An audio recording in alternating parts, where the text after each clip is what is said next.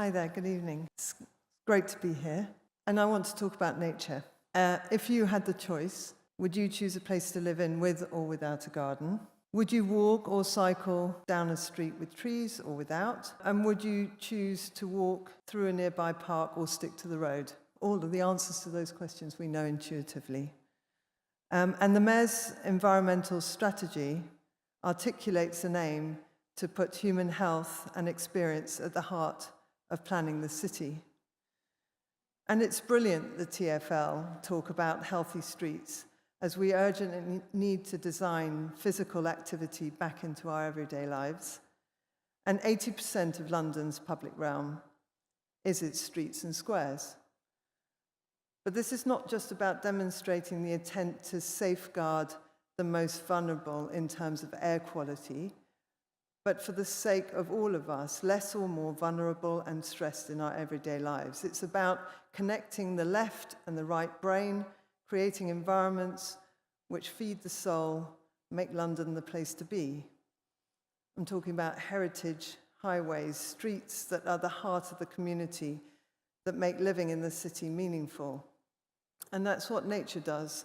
Bird song, light filtered through tree canopies, spring blossom, water. My practice is dedicated to promoting and protecting and designing the nature into urban landscape, an element that is so soft, is so easy to ignore, so easy to undervalue, and therefore so easy not to include it. It's vulnerable, it's precious, and needing nurture and great skill to deliver and to maintain. And central to our philosophy is the notion that contact with nature is associated with strong community identity and a deep sense of well-being, that the landscape, whether urban, suburban, or rural, is involved in a continual dynamic process of change, and this coexistence can be nurtured sustainably for better outcomes, whether social or cultural or physical. Our ethos is one of long-term stewardship, future generations. Apathy is really not an option at this point in time on this planet.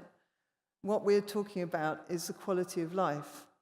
And the bigger issues within all of this discussion are, of course, territory, the relationship we have with our land and with our neighborhood and our archaeology. It's urban intensification, and at the moment 50% of the world's population live in cities, and this is only set to rise.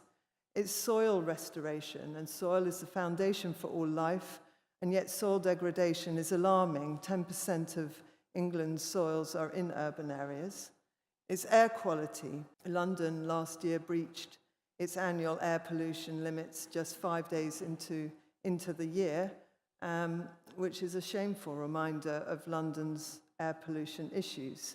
And really the effect of climate change and rising temperatures, frequent storm events causing frequent surface water flooding and pollution, and due to the impermeable nature of our streets.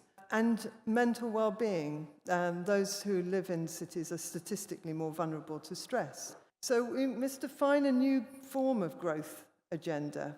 Environment surely is the golden thread connecting all mayoral strategies, and nature is surely fundamental to the whole notion of what the environment is. So say it. You will hardly find the word nature referred to in any mayoral strategy, and it needs to be. And that's what underpins natural capital accounting, green indexing, and all these, whatever the terms are that are in vogue. And why? Why do we need nature? It's because we know that urban living induces these higher stress levels, because the World Health Organization highlighted in their 2010 declaration the urgent priority to better understand how natural features of the urban environment affect mental health. So our pilot research, Urban Mind, in collaboration with King's College London and Nomad Projects, has recently been published in Bioscience magazine.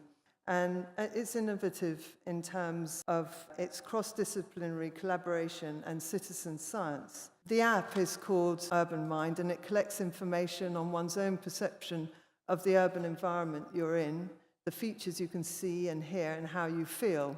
And that's in real time, and it's in the real world.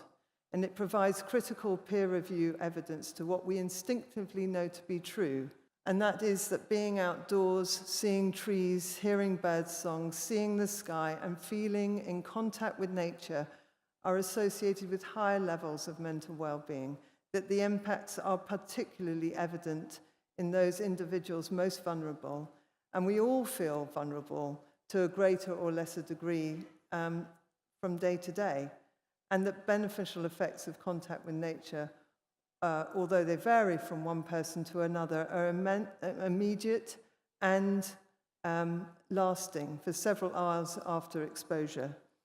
And so what we're talking about here is time-lasting effects. So thank you very much.